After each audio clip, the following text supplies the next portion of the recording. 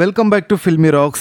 Friends, Karnataka ಚಿತ್ರರಂಗದ ಅಭಿಮಾನಿಗಳಿಗೆ ನಾಳೆ ಹಬ್ಬ ಅಂತ ಹೇಳ್ಬೋದು. ಯಾಕೆಂದರೆ ನಾಳೆ ಎರಡು ಬಿಗ್ಗೆಸ್ಟ್ ಫಿಲ್ಮ್ ಥಿಯೇಟ್ರಲ್ಲಿ ರಿಲೀಸ್ ಆಗ್ತಿರೋ ಕಾರಣ.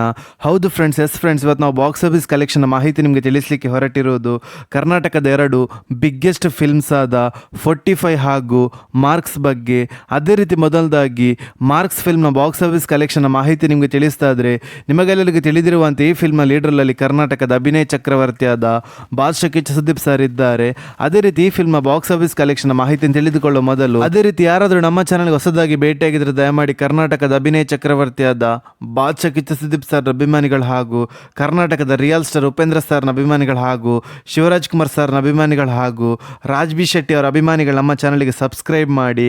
ಯಾಕೆಂದರೆ ನಾವು ಡೈಲಿ ಮಾರ್ಕ್ಸ್ ಹಾಗೂ 45 ಫಿಲ್ಮ್ನ ಬಾಕ್ಸ್ ಆಫೀಸ್ ಕಲೆಕ್ಷನ್ನ ಮಾಹಿತಿ ನಿಮಗೆ ತಿಳಿಸ್ತಿರ್ತೀವಿ. ಅದೇ ರೀತಿ ಮೊದಲದಾಗಿ ಮಾರ್ಕ್ಸ್ ಫಿಲ್ಮ್ನ ಬಾಕ್ಸ್ ಆಫೀಸ್ ಕಲೆಕ್ಷನ್ನ ಪ್ರಿಡಿಕ್ಷನ್ನ ಮಾಹಿತಿ ನಿಮಗೆ ತಿಳಿಸ್ತಾ ಇದ್ರೆ, according to the advance book craze ಹಾಗೂ ಈ ಫಿಲ್ಮ್ಗೆ ಸಿಕ್ಕ ಸ್ಕ್ರೀನ್ ಕೌಂಟ್ ಮುಖಾಂತರ ಕರ್ನಾಟಕದಲ್ಲಿ ಈ ಫಿಲ್ಮ್ 13ರಿಂದ 14 ಕೋಟಿವರೆಗೆ ಕಲೆಕ್ಷನ್ ಮಾಡ್ಬೋದು ಅಂತ ಹೇಳ್ಬೋದು.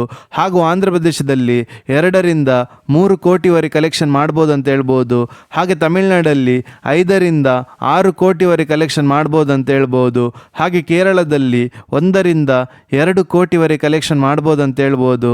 ಹಾಗೂ ಹಿಂದಿಯಲ್ಲಿ 4ರಿಂದ 5 ಕೋಟಿವರೆಗೆ ಕಲೆಕ್ಷನ್ ಮಾಡ್ಬೋದು ಅಂತ ಹೇಳ್ಬೋದು.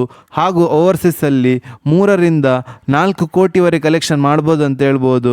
ಹಾಗೂ ಈ ಫಿಲ್ಮ್ನ world wide box office collection ಮಾಹಿತಿ ನಿಮಗೆ ತಿಳಿಸ್ತಾ ಇದ್ರೆ, ಬಿಡುಗಡೆದ 1ನೇ ದಿವಸಕ್ಕೆ according to the advance book craze ಹಾಗೂ ಈ ಫಿಲ್ಮ್ಗೆ ಸಿಕ್ಕ ಸ್ಕ್ರೀನ್ ಕೌಂಟ್ ಮುಖಾಂತರ 27ರಿಂದ 30 ಕೋಟಿವರೆಗೆ ಕಲೆಕ್ಷನ್ ಮಾಡ್ಬೋದು ಅಂತ ಹೇಳ್ಬೋದು. ಹಾಗೆ ನಿಮ್ಮ ಪ್ರಕಾರ ಮಾರ್ಕ್ಸ್ ಫಿಲ್ಮ್ ನಾಳೆ ಬಿಡುಗಡೆದ 1ನೇ ದಿವಸಕ್ಕೆ ಎಷ್ಟು ಕಲೆಕ್ಷನ್ ಮಾಡ್ಬೋದು ಅಂತ ನಮ್ಮ ಕಮೆಂಟ್ ಬಾಕ್ಸಲ್ಲಿ ತಿಳಿಸಿ. ಹಾಗೂ ಕರ್ನಾಟಕದ ಇನ್ನೊಂದು ಮೋಸ್ಟ್ ಅವೈಟೆಡ್ ಫಿಲ್ಮ್ ಅದು 45.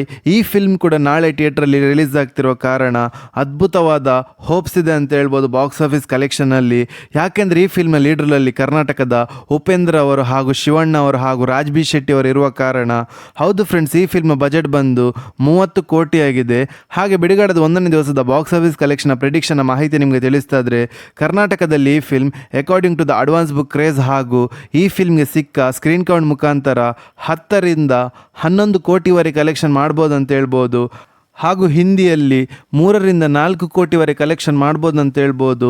ಹಾಗೆ ತಮಿಳುನಾಡಲ್ಲಿ 3ರಿಂದ 5 ಕೋಟಿವರೆಗೆ ಕಲೆಕ್ಷನ್ ಮಾಡ್ಬೋದು ಅಂತ ಹೇಳ್ಬೋದು.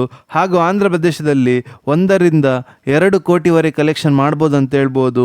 ಹಾಗೂ ಕೇರಳದಲ್ಲಿ 1ರಿಂದ 3 ಕೋಟಿವರೆಗೆ ಕಲೆಕ್ಷನ್ ಮಾಡ್ಬೋದು ಅಂತ ಹೇಳ್ಬೋದು.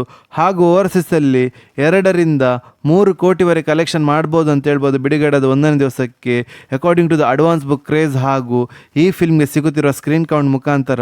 ಹಾಗೂ ಈ ಫಿಲ್ಮ್ನ world wide box office collection ಮಾಹಿತಿ ನಿಮಗೆ ತಿಳಿಸ್ತಾ ಇದ್ರೆ, according to the advance book craze ಹಾಗೂ ಈ ಫಿಲ್ಮ್ಗೆ ಸಿಕ್ಕ ಸ್ಕ್ರೀನ್ ಕೌಂಟ್ ಮುಖಾಂತರ 21ರಿಂದ 23 ಕೋಟಿವರೆಗೆ ಕಲೆಕ್ಷನ್ ಮಾಡ್ಬೋದು ಅಂತ ಹೇಳ್ಬೋದು. ನಿಮ್ಮ ಪ್ರಕಾರ 45 ಫಿಲ್ಮ್ ಬಿಡುಗಡೆದ 1ನೇ ದಿವಸಕ್ಕೆ ಎಷ್ಟು ಕಲೆಕ್ಷನ್ ಮಾಡ್ಬೋದು ಅಂತ ನಮ್ಮ ಕಮೆಂಟ್ ಬಾಕ್ಸಲ್ಲಿ ತಿಳಿಸಿ. ಹಾಗೆ ನಿಮ್ಮ ಪ್ರಕಾರ ಈ ಎರಡು ಫಿಲ್ಮಲ್ಲಿ ನೀವು ಯಾವ ಫಿಲ್ಮ್ಗೆ ತುಂಬ ಎಕ್ಸೈಟ್ಮೆಂಟಲ್ಲಿ ಇದ್ದೀರಾ ಅಂತ ಕೂಡ ನಮ್ಮ ಕಮೆಂಟ್ ಬಾಕ್ಸಲ್ಲಿ ತಿಳಿಸಿ. ಹಾಗೂ ನೀವು ಯಾರ ನಟರ ಅಭಿಮಾನಿಗಳಂತ ಕೂಡ ನಮ್ಮ ಕಮೆಂಟ್ ಬಾಕ್ಸಲ್ಲಿ ತಿಳಿಸಿ. ಹಾಗೆ ಯಾರಾದರೂ ನಮ್ಮ ಚಾನಲ್ಗೆ ಹೊಸದಾಗಿ ಭೇಟಿಯಾಗಿದ್ದರೆ ದಯಮಾಡಿ ನಮ್ಮ ಚಾನಲ್ಗೆ ಸಬ್ಸ್ಕ್ರೈಬ್ ಮಾಡಿ. ಯಾಕೆಂದರೆ ನಾವು ಡೈಲಿ 45 ಫಿಲ್ಮ್ ಹಾಗೂ ಮಾರ್ಕ್ಸ್ ಫಿಲ್ಮ್ನ ಬಾಕ್ಸ್ ಆಫೀಸ್ ಕಲೆಕ್ಷನ್ನ ಮಾಹಿತಿ ನಿಮಗೆ ತಿಳಿಸ್ತಿರ್ತೀವಿ. Thank you.